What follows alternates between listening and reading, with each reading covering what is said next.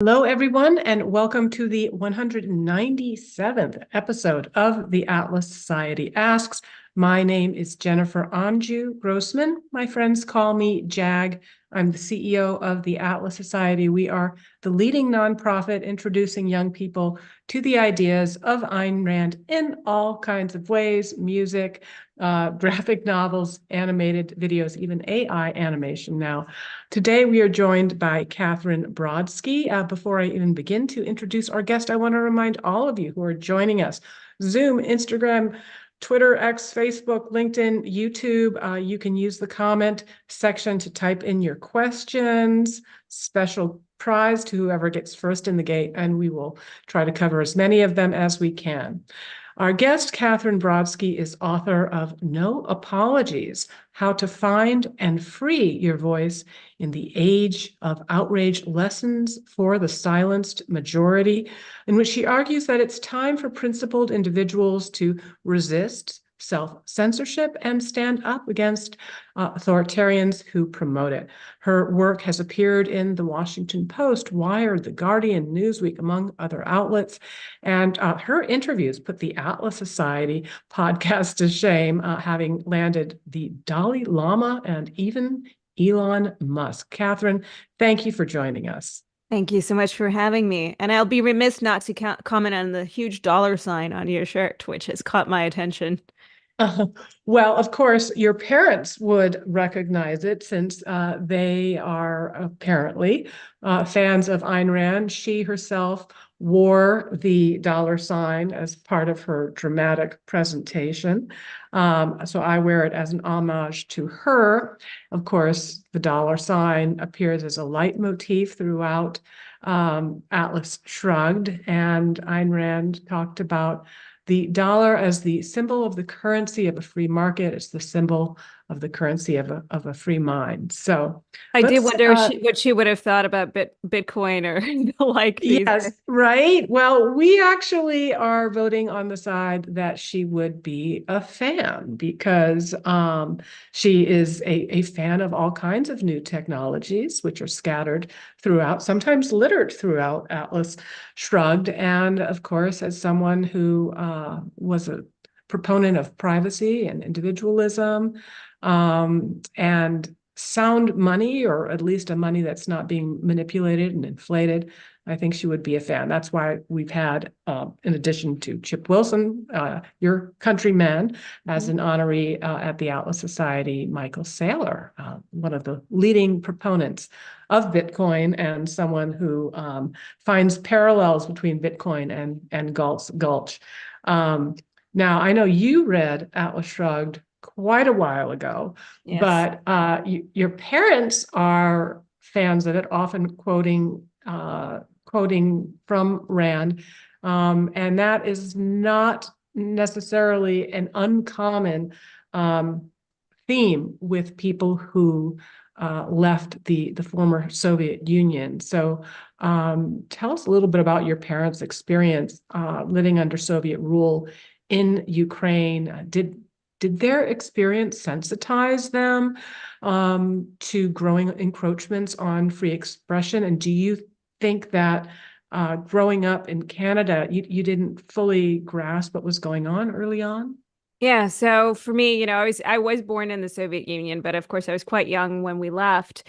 But the memories of my parents and the stories were always a consistent thing in our household, and just the stories of, even basic things like, okay, it was difficult to get food, or, you'd have to, if you wanted a good pair of jeans, you'd have to buy, it on the black market and spend a few months worth of salary. So there's all these financial issues that they would share with me, but certainly a lot about freedom of speech and acceptance as well of individuals, because they had this society where, supposedly everybody was equal, but some people were more equal than others. So you'd see women, for example, in jobs that maybe were less likely to find the same case in North America, but at the same time there was this massive, misogynistic undercurrent of that, and women didn't really have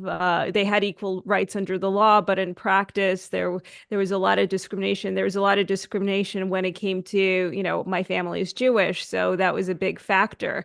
But certainly speech was a major issue for them. They found that you'd have to take atheism classes, for example. That was mandatory lessons. You couldn't speak freely, and you had to figure out who can you trust to speak with more freely than others. And certainly there were massive massive consequences for speech that was wrongthink. So when they came to Canada, and I've also lived a little bit in the US, in New York, I just, we all viewed that as the freedom of the West, being able to have free speech and have different beliefs and have different types of people and have that be accepted and not constrained by, say, the government.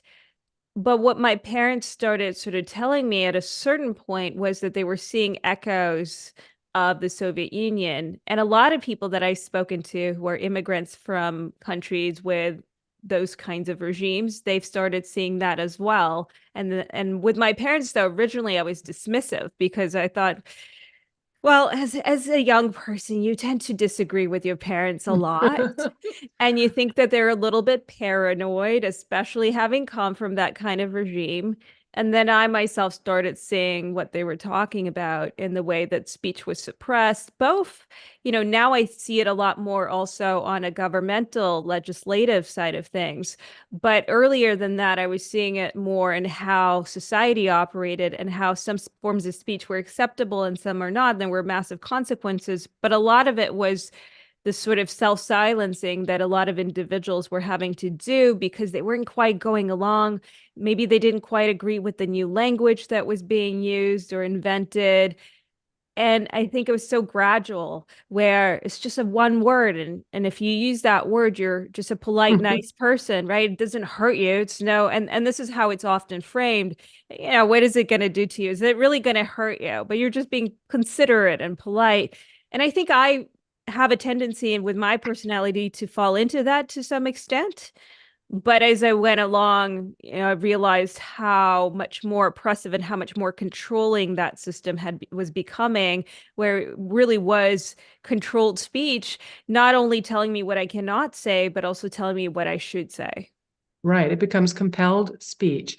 And I think it's also very difficult because the goalposts keep getting shifted, and as they do, the new language is really a way to constrain what can and can't be discussed. Of course, we saw that in 1984, the character of Syme saying that Newspeak was really about narrowing the range of acceptable language, so that it would kind of make wrongthink impossible. And then, of course, in Ayn Rand's novella Anthem, the word I has been abolished, and everybody refers to themselves in the collective.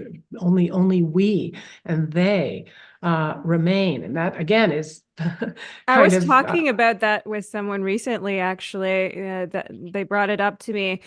It's interesting because I recall an exercise when I was really young where we weren't supposed to use the word I, and you got reworded. Yeah. And it was in some youth program that I was in, would have been maybe 12, 13 years old. And so here in the West. Here in the West, yeah. I mean, the intention behind it. Oh, I think I just froze. Sorry about that. That's all right. We can still hear you. Okay, well, the intention behind it was not anything, awful. The intention was to be a little less selfish, essentially, because there's a tendency to be hyper focused on the I. But yeah, in this case, it was just like it was too much. It was I think in the book, it's about the collectivism, and I don't think that was necessarily the intention of the exercise.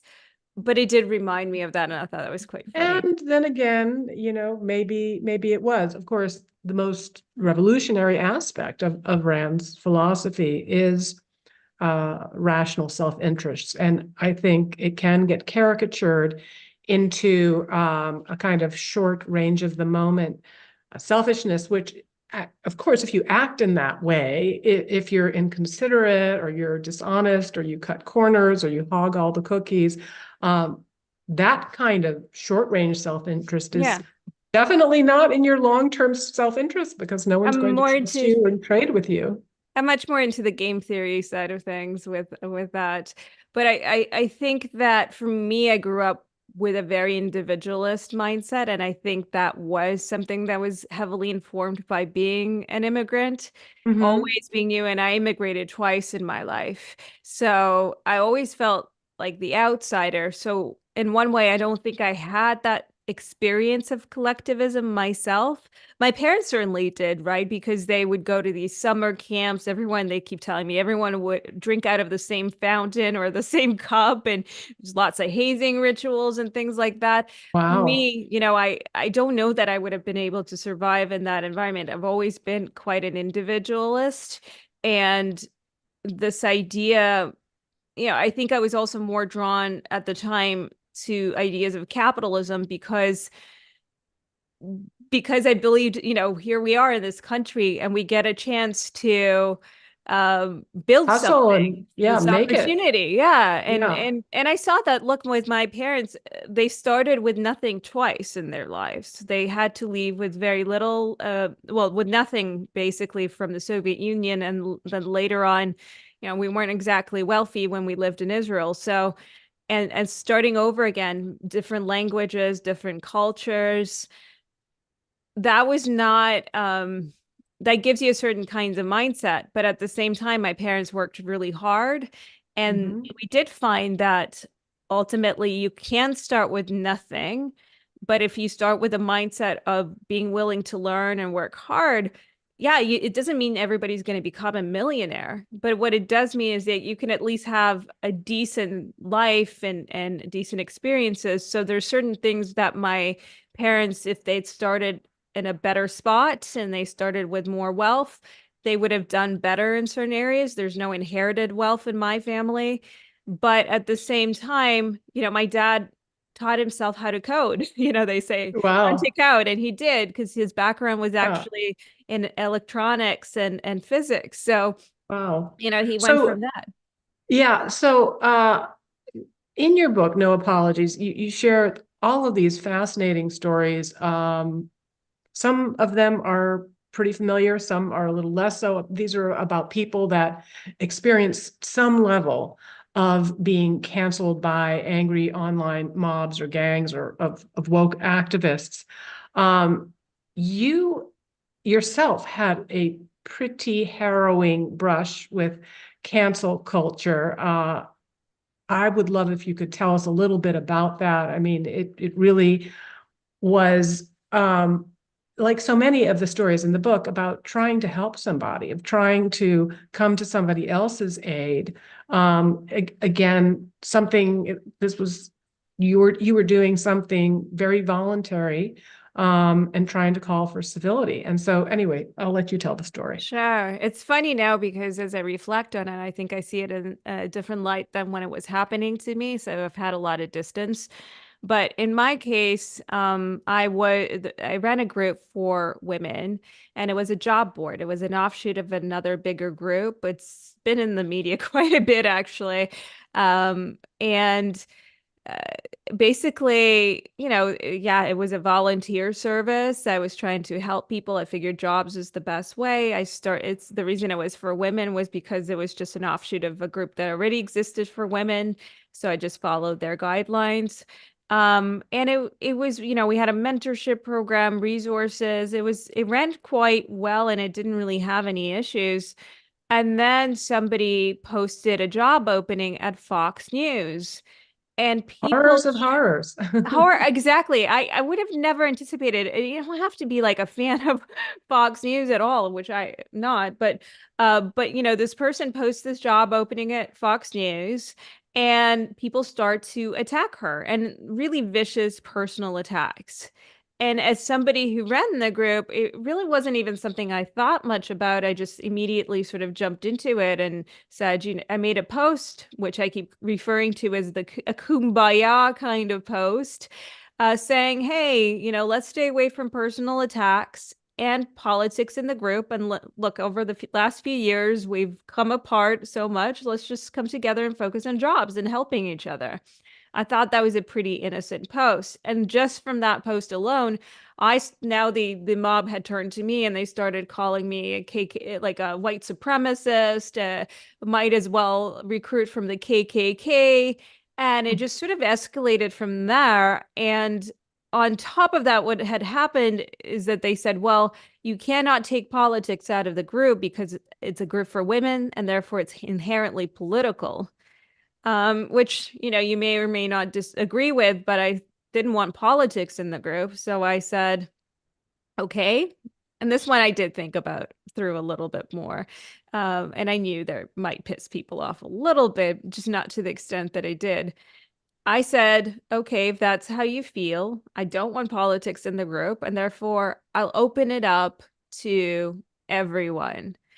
But I'll give you a month if you want to leave, if you want to create your own group, even if you want to take the name, I'll give it to you. I'll promote it. So I was trying to be pretty reasonable at the time, or at least so I thought, but the mob did not agree with me. And so they just, it grew really quite mad. Some of the things it's just too crazy to talk about.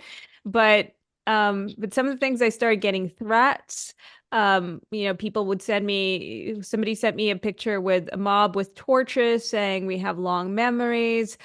People were starting to reach out to editors I may have worked with to tell them not to employ me. People unfollowed me, blocked me, harassed me on social media. I did panels and people would come in and call me things during these panels. Wow. Some attempted doxing, things like that. And it just really escalated from that. And I never imagined that. Yeah.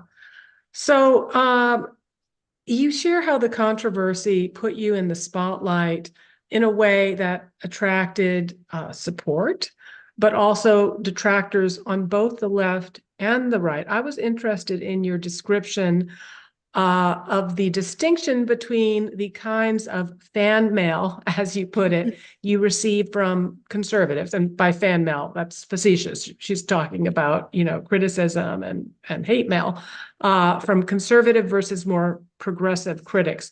What were the distinctions, and why did one variety of the fan mail strike you as, in fact, more threatening? Yeah, I'm sort of glad that you noticed that because I haven't been asked about it, and I think it is quite a key point. So I was getting a lot of messages that were some of them were intellectually based, some of them were, arguments for rights, and it wasn't as they were rude and they were calling me all sorts of things, but it wasn't the same as when the conservatives were attacking me. The conservative messages were much more angry, sometimes death threats. It was, and to this day, I really sort of get them from both sides of things. But the difference to me was the reason I found the messages from the left different, and they were more threatening to me in the sense that they were threatening my livelihood. They were threatening my social sphere and my reputation. Messages from the right they couldn't really do anything to me. And I think they knew that, and they lacked power because right now the institutions, I would say, definitely lean more captured by the left. And especially the institutions within which I've operated, which has predominantly been media and film, television. So certainly those are areas that are more left-leaning. So the damage that they could do to me, and I think they're quite aware of that, is much more serious. Whereas on the conservative end, I think part of the way that they were phrasing things in this very angry, aggressive way was coming out of the sense that they don't actually have power and they're so frustrated and angry. And that was a way to sort of vent as opposed to really pose a significant threat. Now, I think this is just human nature, and whoever holds the power is going to use it in the way that they're going to use it. And the pendulum always swings, and I'm already seeing it swinging. But for now, for me, it was a different experience with the left versus the right fan mail. So some of the people in your book who found themselves on the wrong end of an angry and threatening online mob, uh, again, like you, were not being targeted primarily for things that they said or did, but rather for defending someone they felt was being unfairly bullied and calling for tolerance. Is this just the madness of the mob dynamic taking over, or is there something more sinister and intentional going on, an effort to intimidate anyone who would dare to call for a little kindness and a little grace? I think there is a sense that people are feeling threatened by words, right? Yeah, it's that whole idea of words are violence, or words can incite violence, or words can invoke power. So I think in some ways there's a defensiveness element to that, though I do think most of the phenomenon is much more attributed to just mob mentality.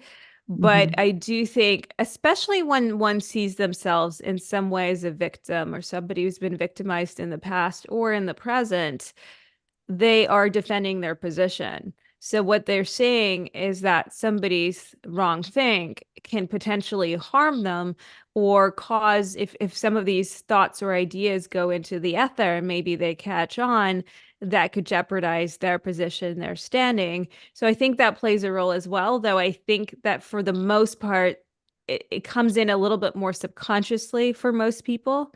They might not even understand that this is something that they're driven by, but certainly a lot of this, I think, is driven by this idea of victimhood. There's Mhm. two ways to see yourself, because if you see yourself as somebody who's maybe had a difficult life, things have happened, I've certainly had some struggles in my life, but I see my struggles as a way that I've learned about life. I've learned how to be stronger. I learned how to be more empathetic as a result, because I can understand, for example, if somebody is being bullied, this is something that instead of becoming the bully, I'm more likely to protect that person and empathize with them. And also, I feel that having overcome certain difficulties, it gives me a sense of achievement and power and sort of personal pride.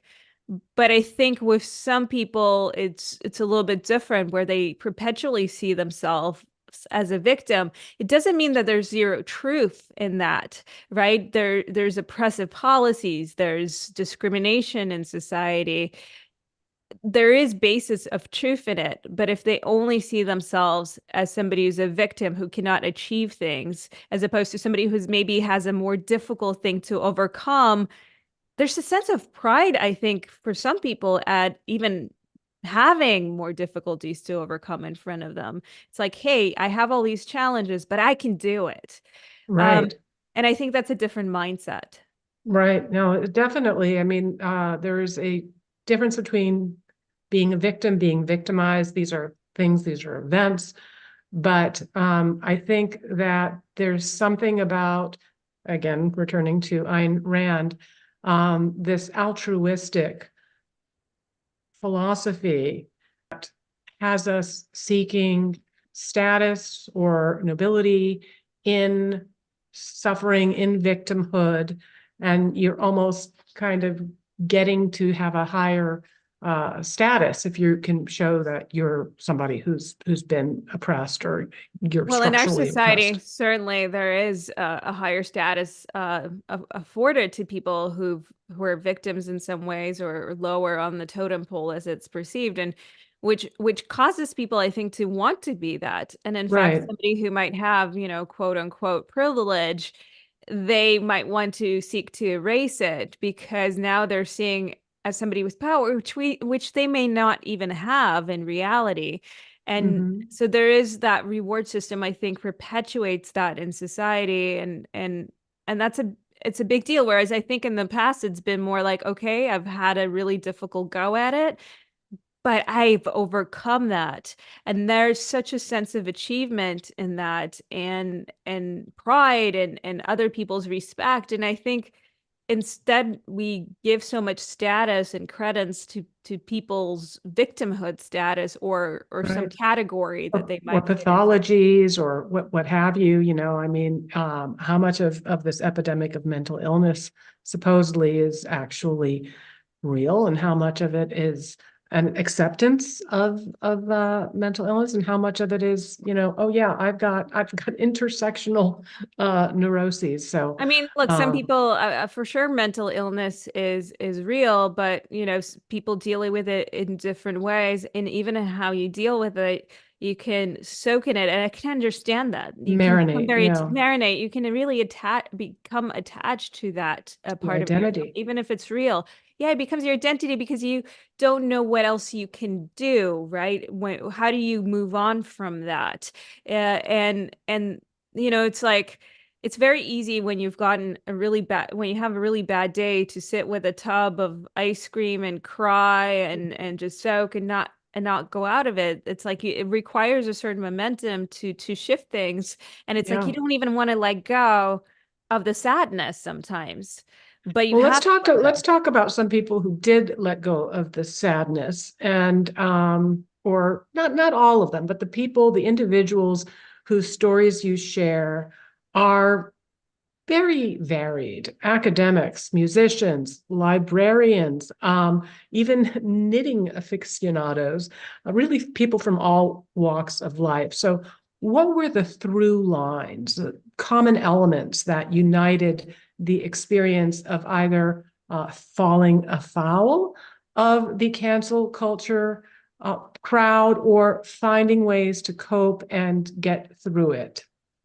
Yeah, I found that a lot of people who are in my book, as well as people that I've talked to, a lot of times when they're being targeted by the mob or run afoul of some orthodoxy, they don't even know it. Most of the Right. time, it's not intentional in any way. They genuinely think that they're just doing the right thing. And I would also say that a lot of times they were not motivated by any sense of like courage. It was just much more a commitment to truth and integrity. And that is actually what had caused them often to end up in the situations that they ended up in. It wasn't some idea of like, let's push some idea forward. It was more so they see something that seems wrong or something that seems untrue, and they act on that, and often without really thinking about it. And so that was to me a pretty massive through line. And Mm-hmm. I would also say that in my observations, the people that fared better were the ones that pushed back more aggressively and stood really firm. Certainly, the people in my book, some of them don't have happy endings and some of them do. Right. And but in the real world, there were still like the stories that I've included were still mostly stories that had some levels of attention, and they had levels of attention because those people stood firm. But there's a lot of people out there and people that I've talked to who caved and paid the price. People who were not in positions to really fight, or couldn't find it within themselves. And some people who even fought and just didn't survive through the madness. So the people that you often see as being success stories that maybe even have a better outcome than when they started, maybe they became famous and independent and wealthy, that's not common. Mm. And the people that were able to do better are the ones who were just so firm and so intentional and so unwilling to waver. And I would love for everyone to be like that, but even our temperaments are not all like that. We all react differently to emotional circumstances, life circumstances, and also have different situations in our lives. In particular, for most people, the soft spot is employment. And Mm-hmm. somebody who has a family, they can't just think for themselves. They can't just look out for themselves. And the problem is you you know, on the one hand, I advocate for people to use their voice and speak up. But on the other hand, we really shouldn't be in that position in the first place where there's a price to pay. And I'm never talking about, people who say horrible things to other people on purpose and just spread hate and all that kind of stuff. Like, the people, for the most part, who are affected by these things, they just have a thought that's just a little bit outside the orthodoxy. They might be wrong. I mean, some of the people in my book, I don't necessarily even agree with on certain things, but they should have the right to express it. And they come in good faith, and we can have conversations in good faith. And if we don't agree, we don't agree. And maybe we've learned why even our own views, maybe it strengthens our own views, because now I know I've been tested, I've been stress tested, and I still can hold on to my perspective. Or maybe I switched a little bit, make it stronger. Or maybe I'm wrong, right? And Mhm. it's this kind of fear of even engaging with the idea that you might be wrong, or that Yeah. it's dangerous to discuss ideas with people Have a who are slightly maybe wrong. right. Well, that kind of gets back to open objectivism, the kind of objectivism that we promote at the Atlas Society, as opposed to closed objectivism. I mean, the Atlas Society was founded in part because some objectivists said that you can't speak to libertarians. If you speak to libertarians, you're sanctioning their views. And our founders said, actually, I don't think that's true. I want to tell libertarians how they might be more effective. I want to hear what they say. His quote that always sticks with me is, if we are right, we have nothing to fear. If we are wrong, we have something to learn. And I think that's the tradition that we continue to carry on at the Atlas Society, is being willing to speak to all people. Sometimes we'll get, criticism like, oh my goodness, there's all kinds of, far right-wing conservatives that are on your page and engaging with your content. And I'm like, so should I block them? I mean, like maybe it would be good for them to get a little bit of Ayn Rand. So all right, we got a lot of great questions here coming in from all different platforms. I'm going to try to grab a few. On LinkedIn, Alexanderi Kerensky says, it seems like the policing of speech has only become prevalent in the last 10 years or so. Is this true, or has this been coming for a much longer period of time? Yeah, I think I started noticing it a little more recently. So maybe it has been going on for longer. 10 years ago, it probably is around when it started quietly creeping in. And I think the last 5 years is where it's really escalated in a very visible way. Yeah, accelerated. Ann M on YouTube asks, how do we counter attempts to suppress free speech? Yeah, and I think there's a few things. I think one of the chapters in the book, it's Katie Herzog's chapter. She suggests having a plan B, and Right, and I think that's really important. If you can, not all of us get to choose the moment where we practice our free speech that gets us in trouble, but becoming more bulletproof will give you a lot more freedom. So that means, maybe having a business that's independent that you can control. You're right, the boss, so you won't get fired. Having other sources of income, surrounding yourself with a community of people who allow you to be yourself and speak and have grace. My closest friends, I could say anything, and I can just listen. I could say I'm very capable of saying something stupid. Or maybe it's even offensive. It can happen, but my friends know that my intention isn't to hurt people, and they see the best in me. Often we build communities around ourselves out of convenience or wanting to fit in, and they're not necessarily the kinds of people that really make us our best versions of ourselves. And I think that's what we need to do. So two things: make yourself sort of bulletproof on the financial side of things, and then two, make it so that the social thing element, you're not going to lose all your friends by speaking up, because your friends are aligned with the ideas of free speech and discourse. And I think right. for me, I didn't have that necessarily from the get-go. Now So you do. yeah, I do. And that experience has been, emotional, but also one of the people in the book says it's an upgrade. You upgrade.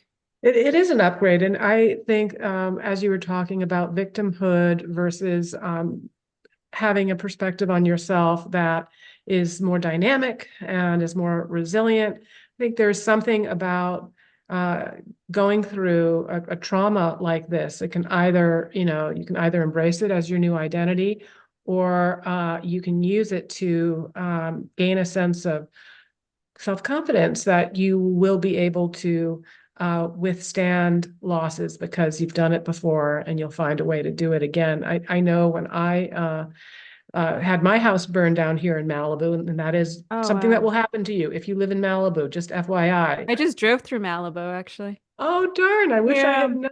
I would have last done a dinner week. party for you. Well, Yeah, that's right. I was in Florida, so that wouldn't have worked out. Okay. But it's practice, right? You're like, okay, went through something that was really hard. I survived. I figured it out. I overcame, and now I can find the resources, marshal the inner resources to survive the next big loss, which, life has plenty of those in store for us, A particularly hundred as we percent. age. Yeah, 100%. You used the word trauma, and I was sort of reluctant to use that word for a while. And then I had realized how It was much pretty trauma. traumatic, Yeah, it was Catherine. traumatic. Yeah. I realized that a Go lot of for it, my girl. reactions to that were also trauma reactions. Luckily, I do think it had changed me quite a bit to somebody who is, it's like a muscle, like, so I think I'm much more willing to use that muscle now. I am less fearful, but also I would say, as a word of advice to people, is like, know what really matters to you. So it doesn't have to be every single thing that you speak out about and take a risk over, but do it for the things that you really care fundamentally, that are part of your values, your integrity, and whether that's standing up for a friend or an idea. I think that's important. And also it's important, I've seen a lot of people as a trauma reaction go really extreme after that. They've had this brush with cancellation, and I can understand it, because I felt much more, I think, aggressive about it in the beginning. And I think it was very important for me to self-reflect a lot and check myself and make sure that I'm not just being a reactionary, and that I Mm, uphold the values that I believe in, that I don't become the same kind of person that went after me. In the process of fighting their bad ideas, I start using the same tactics. So uh, yeah, I think that's really important. And unfortunately, I've seen a lot of people succumb to that. I don't think right. I have. I think I've maintained, myself in this, but I've seen it a lot, and some people have recovered a little bit, and some people just end up very extreme. Yeah, well, I wanted to ask you about that because, you know, uh, some of the stories that you share are about people who uh, are actually, they were on the left, and they were attacked for various running afoul of what the correct language was, or what have you.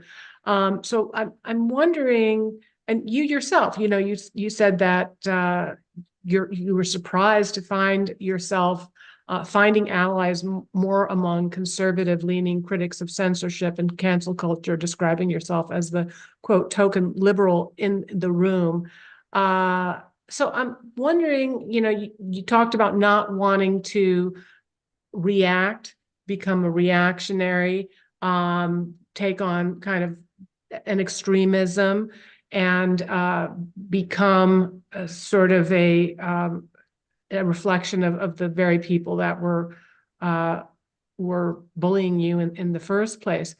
But I wonder as well, once somebody goes through an experience like this, do you think that there's more of a compartmentalization? Like, okay, I'm not down with the censorship, but I'm still on board with most of the progressive agenda? Or do such experiences and the fallout of those experiences? Do they shake a person into reconsidering a range of previous political cognitive commitments? It could be a combination of things. And a lot of times, people that I know have been attacked, people from the left have been attacked for associating with the right or specifically going on media that's more right leaning. That's been a massive attack. And their response would be, well, the left doesn't want us, won't let us talk about it. And so like that would be, for example, women who, the turf, right? Yeah, that would be would an be an example of example that. for sure. Yeah. And there's a lot, I mean, in most cases, that's what's happening.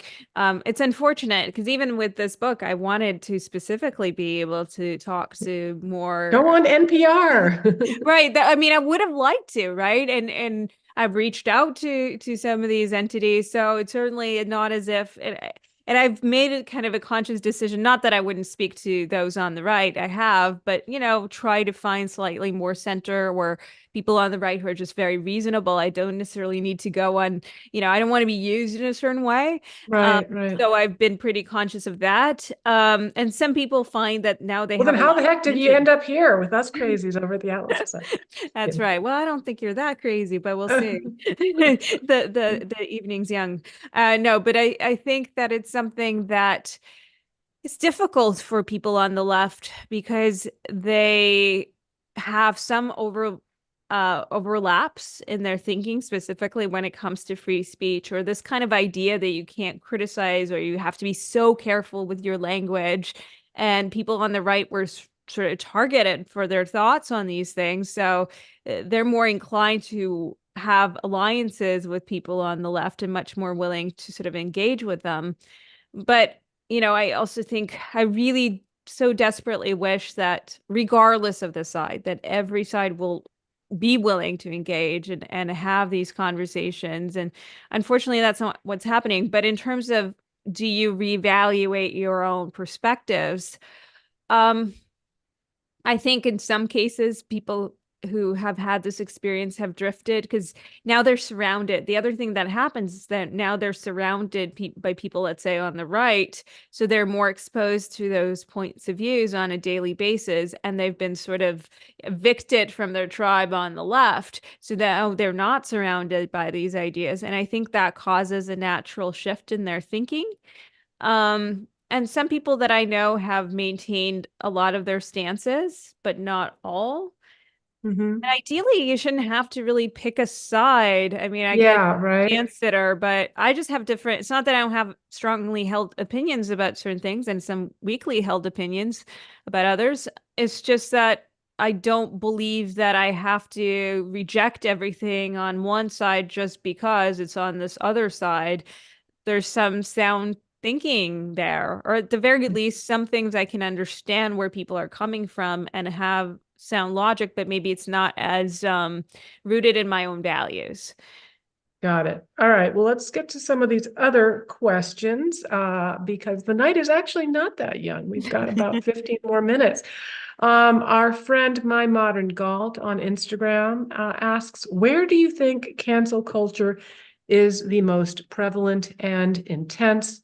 Social media, college campuses, somewhere else?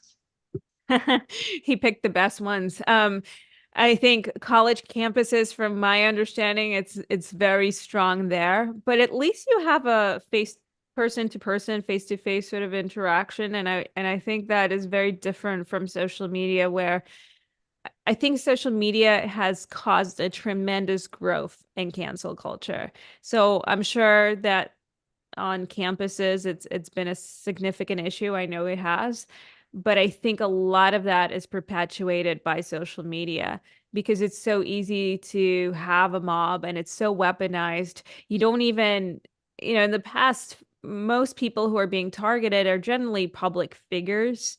And even if they're targeted, somebody writes an article about them a couple of weeks later, nobody remembers and it's gone. It doesn't have a footprint because it didn't used to be digital, but now everything is digital. So it's impossible to erase your footprint if you've gone astray, if you've run afoul in some way of the mob, but also you don't have to be a noted person. You don't have to be a prominent person. So every person is now a target, and every person can, somebody can make a post about you on social media, and that person doesn't even have a big following, and yet it will get picked up and it will go viral. So everyone is kind of an active weapon in the cancel culture mob in a way that is unprecedented.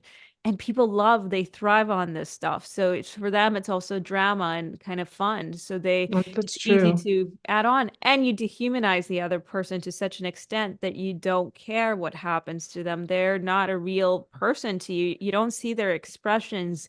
You don't have a back and forth. So I think the greatest, that social media has actually had the most tremendous impact on this becoming, wildfire. So with that digital trail that you were mentioning, when things are, it's not just on social media, but when these things blow up and people are getting written about, you share one example of someone who was accused on an anonymous list of rape, and how the articles kept on getting printed and people were just cutting and pasting. So I'm going to loop that into this one last question from Candace Morena on Facebook, asking you, as a journalist, what would you consider the difference between good and bad journalism? Great question. To me, good journalism should be grounded in curiosity and not one's opinion when they start writing the piece. And it should be grounded in facts, but not selective facts that give the reader as wide of a perspective as possible. And so I think those are two really fundamental things, giving, insight that is maybe not as easily accessible, maybe through expertise, research, but also it starts with grain of curiosity. And bad journalism starts with an intention. And that's why there is usually this kind of idea of activist journalists. And the people who are activist journalists, they're proud of that. They're open about that. It's not even a hidden thing. That's what they believe. They believe that through their writing, they should have a particular impact. Whereas for me, I believe that through my writing, I want to expose things that maybe people aren't aware of, or bring something interesting to the forefront, but not necessarily tell people how to think about it or how to behave. Unless I'm writing an opinion piece or an essay, which I didn't used to, but I do now, in which case, completely subjective. I don't think anyone should take that as just, I'm definitely trying to persuade people. That's a different approach. And I think people mix up the two a lot. Even with me, people mix up the two a lot because I've built a certain trust with my readers, and they say, well, I trust you. And I say, well, sure. I mean, I have good intentions. I try to get things right. But a lot of what you're reading from me right now is my opinion. It's not just this like objective piece of writing that I'm trying to do. I'm Yeah. nuanced, but that doesn't mean that I'm not trying to persuade you of something. So one of the questions we often get from students here at the Atlas Society, I do my Instagram takeovers every week, and I get these questions from young people on Instagram. We have our Galt's Gulch 2.0 conference coming up in DC at the end of July, and I anticipate we're going to get this question. And the question is always, should I speak up? This is when they know that their teacher, perhaps most of their classmates, share a political worldview, and they disagree. So, we've talked about some of the advice that you share in the book: having a plan B, having a circle of friends around you, being in a position to kind of weather things like financially. But what advice would you give the students? I'll tell you the advice that I give them, which is number one, try to establish a personal relationship with your Yeah. professor. Try to go in them and say, hey, I would like to talk to you. I feel like I'm kind of the minority in this class. Are you welcome? Am I able to voice, and just, I don't know, I'm not talking about brown nosing, but at least finding a way to not be able to be dehumanized. And then the second thing is really know what you're talking about, right? If you're going to go into an economics class and you're going to voice a different opinion, make sure you've actually read Hazlitt and read, Hayek and read some Sold, do your homework. But anyway, I'm not the expert. What's your advice for young No, people? well, no, I think that was really good advice, actually. I would say for me, how I try to approach things in real life is in real life. Like, IRL. yeah, like this is not real life. But what in the physical world, what I tried to do, and I've actually had really good success talking to people about every issue in the book without getting anybody upset at me, is that I try to lead them through my process of thinking. And I try to do that in my writing as well, particularly when I'm writing about topics that are a bit more sensitive, because then people understand where you're coming from. And even if they disagree, they understand that you're not coming from some bad place or that you hold some crazy beliefs or mean beliefs or, just want to discriminate against people. And that I find helps a lot. And then understanding what their objections are and understanding what they think, because then you can address it. And that's something that you can do in the physical world, which is very difficult to do in the virtual world and part of what gets people in trouble. So if, I remember I was saying, I was having a conversation with a close friend of mine, and I saw this woman react to it physically. It was just a small micro, reaction. And I said to her, "Hey, I noticed that you sort of had a little bit of a reaction. Where's your discomfort with what I was saying?" And she told me, and I was able to address it, and then it was okay. So I think that's really important. But also deciding whether, it's worth it to speak up. Obviously, I want people to speak up because I think the problem that we're in is because not Mm, enough people do. And one thing that will surprise people is how many people actually share that point of view. It may feel like the majority or all, well, what it feels like sometimes that everybody thinks something, this other thing that you are not, that a belief that you don't share. But what you realize when you trust people enough is that to share your own point of view is that people will then come to you with theirs. And I found that to be the case with me, where once I became pretty outspoken, a lot of people approached me, including people I already knew in my physical world, and they felt safe to share their perspectives. And people don't all think alike in the way that we sometimes assume, and you can't discover that unless you trust them with your own point of view. But try to be rational and balanced and address their issues with it. right. So, you talk about how you want more people to find the courage to speak up. And I think the risks and the costs of potentially what could go wrong, um, if you were to find yourself on the wrong end of a cancel culture mob.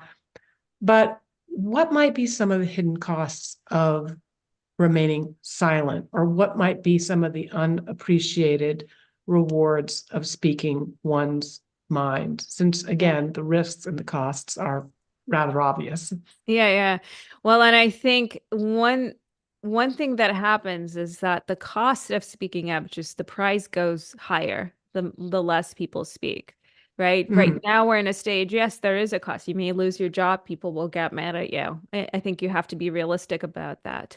But over time, if we live in a society where people do not speak, then it becomes an even scarier proposition. And then the price could be the ultimate price, which is death.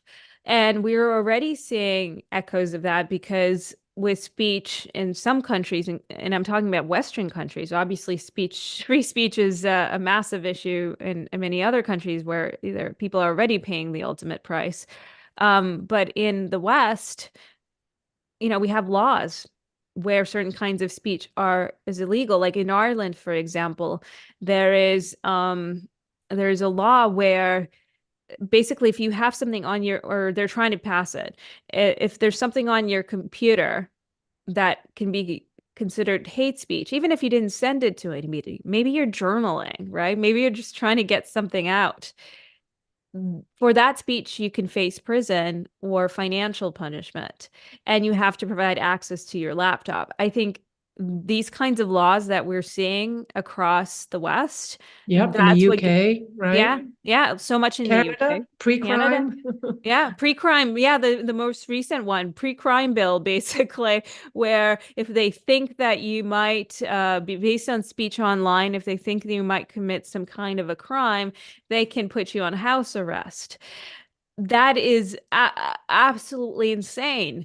So we're seeing already that the cost is going up because there isn't enough pushback. And so this is one thing. And the reward also of speaking up, and I said this is I have far more authentic relationships with people because they know where I stand. I'm trusting them with my thoughts. They're then trusting me with their thoughts. And if we can't do that, then we don't really have a real relationship or a real friendship. We're holding back so much from each other that it's not so authentic. And I would say that has been one of the greatest rewards for me. And being just feeling like I am expressing myself fully, not feeling like I'm suppressing a part of myself, and being able to trust people with that actually has been really rewarding. And specifically when people come to me with their own experiences and stories because they feel safe and because they feel like they're not going to be judged, I think that's tremendous. And you get to shape your thoughts, right? Because if you're able to speak things that you're thinking, including things that where you might be mistaken, there's an opportunity for someone to improve on your thoughts by giving you more context or more pushback. We need that. A part of why people are getting more radicalized, in my view, is because people are speaking only in their groups, in their silos, because they feel unsafe. And so when they only talk to each other, their views grow more radical because they just affirm everything about what they think. And so we're seeing on the left and on the right just much more extremes. And when somebody comes in and talks to these people, look, some people are going to be extreme no matter what, but it does introduce a certain balance. And I think that's incredibly important. Well, it's a wonderful book. No Apologies: How to Find and Free Your Voice in the Age of Outrage Lessons for the Silenced Majority. Also, I can highly recommend the audio version, which Katherine, I'm assuming you did yourself. I did. Okay. Was that okay? It was great. It was great. You have a voice for both print and television and book narration. So I thought it was great. Glad to hear. And so there you go. We've been talking about the importance of having the plan B and the side gigs and the side hustles. So you could always become a audible narrator. Oh my Next time you God. get canceled. No, it is such I a know. hard process. It is. It is. Yeah. And then, there's only you to blame if anything gets mispronounced. So I there mispronounced you a go. lot, and I mean, English is, I tried to use that as a defense. English is my third language. That's There you why I go. Yeah. pronounce things sometimes. So what's next for you and where can we follow your work? Sure. Well, thank you. So I'm actually hoping to write, while I was writing this book, by the way, I was like, I'm never writing another book. And then I already have two book ideas, so hopefully that will happen. And people can also find my little whimsical essays on my Substack, which they can find katherinewrites.com. And I tweet way too much on a platform called X, formerly known as Twitter. Okay. And my handle is Mysterious Cat, Kat, even though I I'm a love dog it. person. Yes, and mysterious no more. So, all No. right. Well, thank you. Thanks, Katherine. Thanks all of you for joining us today. Of course, if you enjoyed this video, any of our other materials, programming at the Atlas Society, please consider supporting us with a tax-deductible donation at atlassociety.org/donate. All new donations will be matched by our board. And then I hope we'll see you back next week when John R. Lott Jr.